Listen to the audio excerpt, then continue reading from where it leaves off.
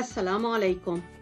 Aujourd'hui, on va commencer par le chapitre 13, Équilibre d'un corps. Avant de commencer, s'il vous plaît, préparez ces outils et suivez ces instructions.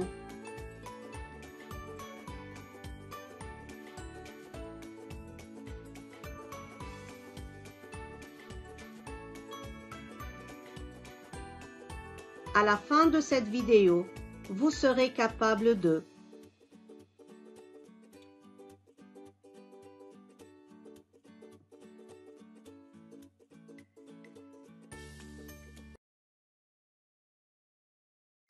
quel est le point commun entre le recul du fusil ou bien le recul du canon, un poulpe qui nage de façon incroyable avec ses oreilles, une fusée à eau qui décolle, une voiture fusée, petite ou grande, le jetpack de Frankie Zapata, ou bien le water jetpack des freestylers de Dubaï, ou encore l'Airbus A380 qui décolle, une fusée qui s'envole vers l'espace, la voiture ballon qui avance toute seule ou un hélicoptère en lévitation. l'explication maintenant. C'est la troisième loi de Newton, autrement appelée principe d'action-réaction, qui dit que les actions de deux corps l'un sur l'autre sont toujours égales et de sens contraire. L'explosion sépare d'un côté le gaz et la balle et de l'autre le fusil. Le poulpe chasse de l'eau vers l'arrière et en réaction part vers l'avant. Même chose pour la fusée à eau. Ici le gaz est éjecté vers l'arrière et la voiture envoyée vers l'avant. Et c'est toujours la même histoire.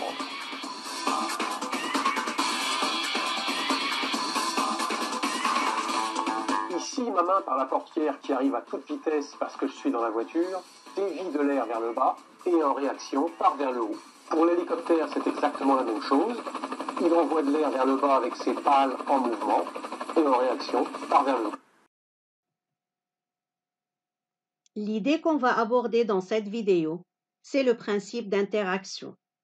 Comme vous avez vu dans la vidéo, les forces agissent par paire. Pour chaque action, il y a une réaction correspondante. Le principe d'interaction a été énoncé par Newton dans sa troisième loi. Le principe d'interaction dit que si un corps A exerce sur un corps B une force, c'est-à-dire une action représentée par F de A sur B, alors B exerce sur A une force, une réaction, appelée ou bien représentée par F de B sur A, telle que ces deux forces ont la même direction, la même intensité, mais des sens opposés. Si on regarde cette action et cette réaction, c'est-à-dire F de A sur B et F de B sur A, on remarque que A et B changent de rôle ici ou bien changent de position. Ainsi, ces deux forces sont liées par cette relation ici. Ils ont la même direction, la même intensité, mais des sens opposés. Ainsi, ces deux forces peuvent être liées par deux types de relations.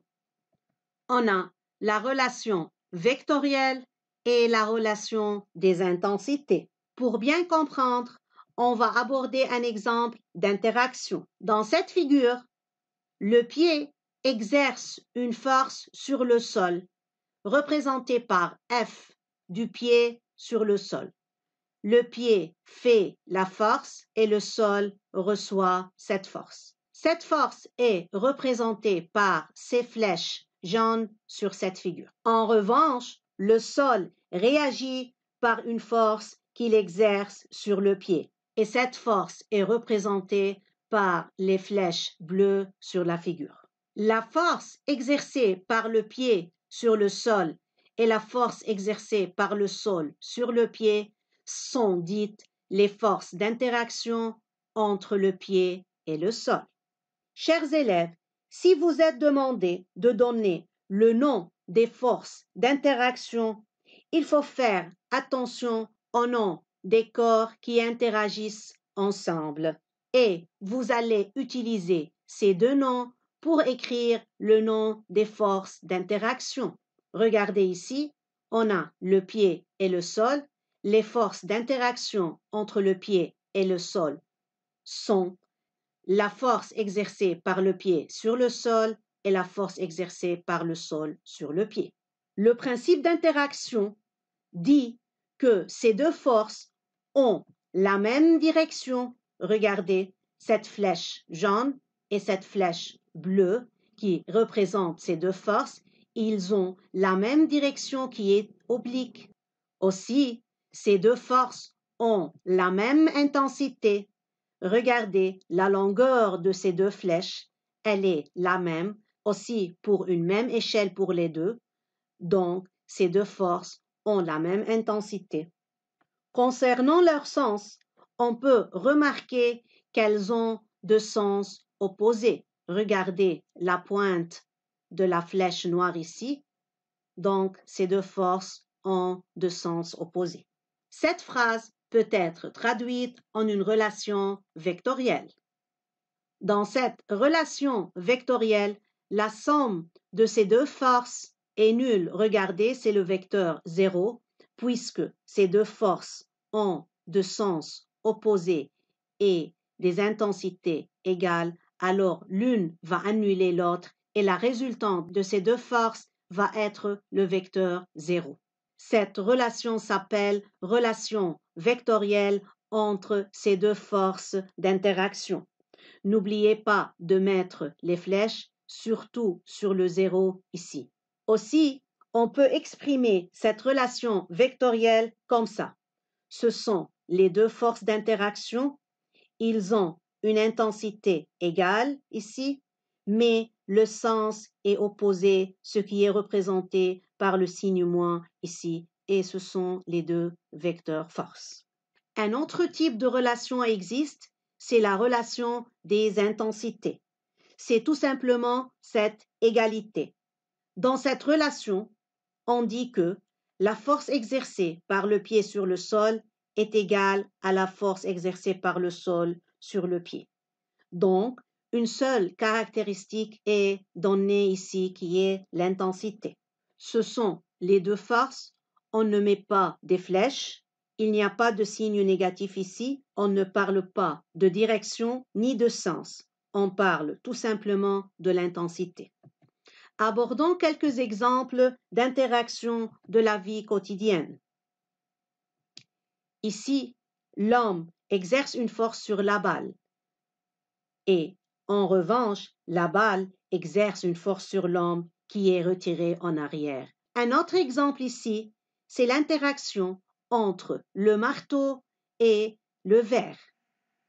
En 1, le marteau se recule. En 2, le verre se casse. Dans le premier cas, le marteau se recule. Regardez comment il se recule. Écrivons les noms des forces d'interaction entre le marteau et le verre. Le marteau H exerce une force sur le verre G. On l'écrit F de H sur G. Aussi, le verre exerce une force sur le marteau représentée par F de G sur H.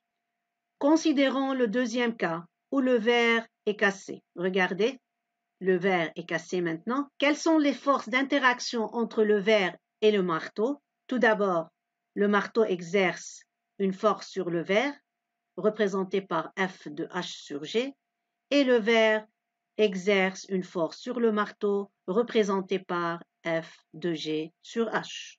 Dans ce deuxième cas, où le verre est cassé, vous allez dire que la force exercée par le marteau sur le verre est plus grande que la force exercée par le verre sur le marteau, n'est-ce pas? Non, c'est tout à fait faux, car le principe d'interaction affirme que les deux forces d'interaction ont la même intensité. Mais comment expliquer le fait que le verre est cassé? En effet, la force exercée par le marteau sur le verre était suffisante pour briser le verre, car cette force a un effet important sur le verre et par suite le casse. Tandis que la force exercée par le verre sur le marteau, qui a la même intensité que celle-là, a un très petit effet sur le marteau solide qui a une partie métallique et qui résiste à la cassure. Voici maintenant une simple expérience qui prouve que l'intensité des forces d'interaction sont égales. Ici, on a 2 dynamomètres. Chacun peut mesurer 10 newtons. Si on tire avec la main droite le dynamomètre 1, il va lire 2 newtons. De même, le dynamomètre 2 lit aussi 2 newtons. Maintenant, si on tire avec la main gauche le dynamomètre 2, il va lire 5 newtons. Mais aussi, le dynamomètre 1 va lire 5 newtons. Cela prouve que l'intensité de l'action et de la réaction sont égales. Abordons maintenant un autre exemple d'interaction.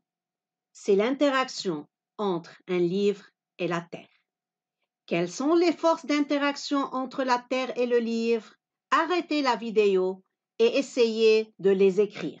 Alors, les forces d'interaction entre la Terre et le livre, on va utiliser ces 2 noms, n'est-ce pas? Alors, tout d'abord, on a la force exercée par la Terre sur le livre, représentée par F de Terre sur le livre. Voilà celle-là. Donc, la Terre attire le livre, on écrit F de Terre sur le livre. Aussi, on a la force exercée par le livre sur la Terre. Elle est représentée par cette flèche ici. Ces 2 forces sont reliées par une relation vectorielle. Regardez la relation, on n'oublie pas les vecteurs ici et on a le signe moins ici.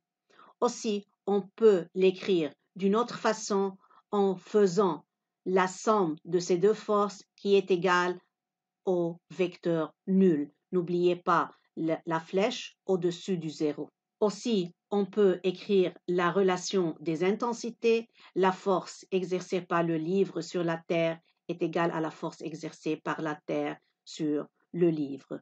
Alors, on peut écrire la relation des intensités. La force exercée par la Terre sur le livre peut entraîner le livre vers le bas s'il n'y a pas de support comme la table ici. Mais la force exercée par le livre sur la Terre a la même intensité, mais une telle intensité n'affecte pas la Terre qui a une très grande masse. Selon cet exemple et l'exemple du pied et du sol, on peut dire qu'il y a 2 types d'interactions.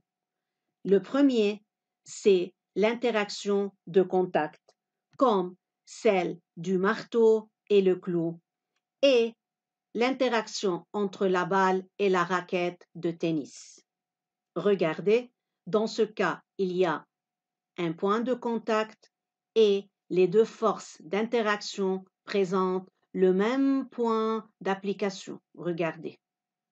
L'interaction peut exister aussi à distance, comme l'interaction qui se produit entre ces 2 aimants ou bien l'interaction qui se produit entre ces 2 boules électriquement chargées. Puisque l'interaction se fait à distance, alors le point d'application des 2 forces est le centre de gravité de l'objet sur lequel la force est exercée. Faisons une application maintenant. 2 balles chargées positivement, A et B, se repoussent comme indiqué par la figure ci-contre. Dans cette figure, on a 2 boules, A et B. La boule A a une taille plus grande que la boule B. Ces 2 boules ont la même charge, alors ils se repoussent comme ça. Ils s'éloignent l'une de l'autre. La première question, nommez les forces d'interaction qui existent entre A et B. N'oubliez pas, ces 2 lettres vont vous aider. Arrêtez la vidéo et essayez de les écrire. On a la force exercée par A sur B, représentée par F de A sur B, et la force exercée par B sur A, on l'écrit F de B sur A. Donnez la relation vectorielle et la relation des intensités de ces 2 forces. Alors, on prend ces deux forces, ça c'est la relation vectorielle. Regardez, l'égalité ici signifie qu'ils ont la même intensité et le signe moins ici signifie que ces deux forces ont des sens opposés. S'il vous plaît, n'oubliez pas que dans la relation vectorielle, il ne faut pas oublier les flèches en haut ici. C'est très important. On peut aussi écrire la somme de ces deux forces est égale à 0 vecteur. Pour la relation des intensités, on va l'écrire comme ça, sans le signe moins, car cette relation signifie que ces deux forces ont la même intensité seulement. La troisième question, on va caractériser ces deux forces. Posez la vidéo s'il vous plaît et écrivez les caractéristiques de ces deux forces. Commençons par la direction. La direction de ces deux forces est la même. Elle est horizontale, n'est-ce pas? Sur cette ligne ici. Pour l'intensité, elle est la même pour les deux. Ça est donné par la relation vectorielle et par la relation des intensités. Comme point d'application, puisque cette interaction se fait à distance, A et B ne se touchent pas, A et B ne sont pas en contact. Alors la force exercée par A sur B qui reçoit la force a comme point d'application le centre de gravité de la balle B. Alors on va la dessiner d'ici. Et la force exercée par B sur A va avoir comme point d'application le centre de gravité de la balle A ici. Comme sens, bien sûr, ils vont avoir des sens opposés. Ces deux balles se repoussent. La force exercée par A sur B ici et qui la repousse va avoir le sens vers la droite comme ça. Et la force exercée par B sur A va être dessinée de ce point d'application qui est le centre de gravité de A et se dirige vers la gauche comme ça car elle s'éloigne de B. Choisir la représentation correcte des forces, sachant que la même échelle est utilisée. Posez la vidéo et choisir la représentation correcte. La représentation correcte est la représentation B, car selon le principe d'interaction, et si on utilise la même échelle, alors la force exercée par A sur B a la même intensité que la force exercée par B sur A. Ça ne dépend pas de la taille des deux corps. Pour récapituler, lorsque le corps A agit sur le corps B par une action mécanique caractérisée par une force F de A sur B, alors le corps B agit sur A par une réaction caractérisée par F de B sur A. L'action et la réaction sont reliés par cette relation vectorielle. Ainsi, ils vont avoir la même intensité, des sens opposés et la même direction. Ces deux forces sont dites forces d'interaction. Aussi, l'interaction a deux types, interaction de contact et interaction à distance. Cette relation vectorielle dit que les forces d'interaction ont la même intensité et la même direction, mais des sens opposés. Merci pour votre attention. À bientôt.